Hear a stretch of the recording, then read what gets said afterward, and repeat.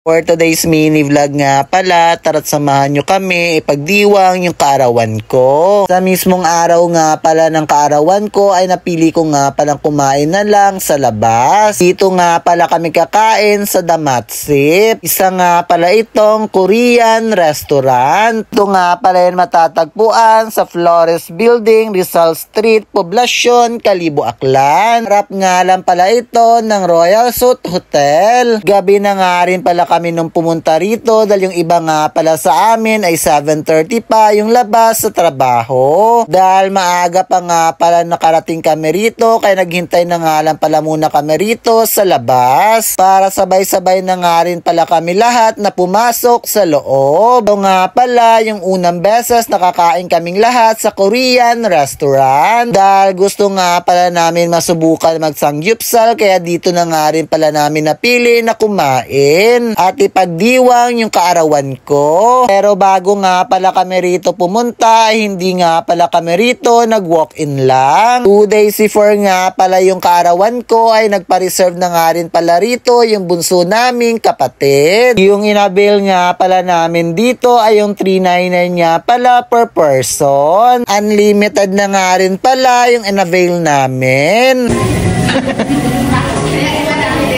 Yung ang galing-galing mo magturo kanila.